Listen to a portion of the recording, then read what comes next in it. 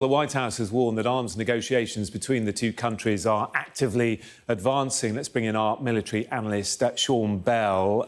What's the latest on this situation? What more do you know? Yeah, good afternoon, Jonathan. I mean, all of this is speculation at the moment. We must add it right at the start. But Kim Jong and President Putin meeting.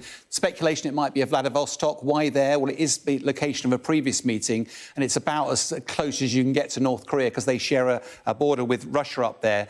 The aim, ostensibly, is to talk about weapons. Russia is desperately keen. It's been talking to Iran about drones, and apparently it wants to talk to North Korea about particularly rockets and artillery shells. Ben Wallace, our former Defence Secretary, said that, Putin has been reduced to pleading with North Korea for weapons. And, of course, a lot of the weapons are 1960s vintage, so whether they'll be any use or not.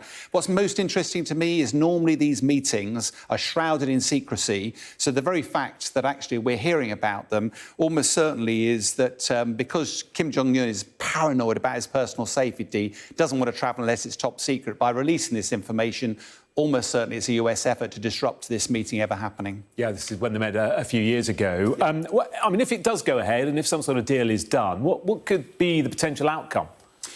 Part of this is it's a clear demonstration, not just Ukraine. We're constantly talking about Ukraine and weapons. It's not just Ukraine and its weapons, it's Russia as well. And despite North Korea's assurances that they've not been providing weapons to Russia to date, there's increasing evidence that they were providing infantry rockets and missiles across to the Wagner Group, if you remember. And part of the Western sanctions, whilst many cynics would say they're not having much effect, in reality, Putin's got very few places he can turn now to try and get weapons. But what's most interesting for me is what does North Korea want out of this? It's clear what Russia wants. What does North Korea want? It's trying to invest. It struggles to get hold of any technology. It's got a fledgling satellite ambition to get stuff into space. But actually, bluntly, it's almost certainly food, aid and currency. That's what they want. The other thing they want, though, is that North Korea is increasingly intimidated by, if you remember, America and South Korea do joint exercises.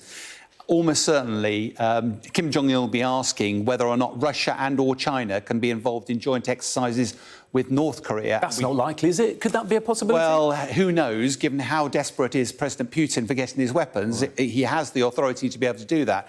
But we do understand they've at least signed, exchanged letters, and they're looking to do increased bilateral cooperation. But there's some worrying potential, isn't there, of how this could lead. Yeah, there really is. And we've seen footage today of a Challenger 2 tank, or what we believe could be a Challenger 2 tank that's been destroyed. Talk us through that. Yeah, the video was released yesterday. It purports to show a Challenger 2 tank. We've had a good close look at it. It's quite difficult to tell exactly, but it appears to be around the Robotyne front line, which is just the east of Zaporizhzhia, which is the main front line where we'd expect. If you remember, UK delivered 14 of these tanks to Ukraine earlier on in the year.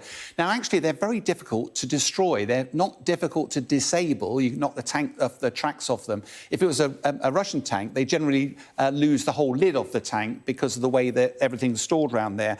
The first point I'd make is no tank is indestructible. The Ukrainians claim they've lost 6 of our Western main battle tanks out of 105 that have been delivered so far, which is not a bad rate. It's also worth pointing out the Russian soldiers have been given a bonus for taking out Western main battle tanks as an incentive to do it. But for me, the context of all this is fascinating. Russia's lost over 2,000 main battle tanks since the start of this war. Yet the very fact they're making a big thing out of one Challenger 2 tank just demonstrates the huge gulf in capability between Russia's tanks and Western main battle tanks. Yeah, fascinating. Sean, as always, thank you very much.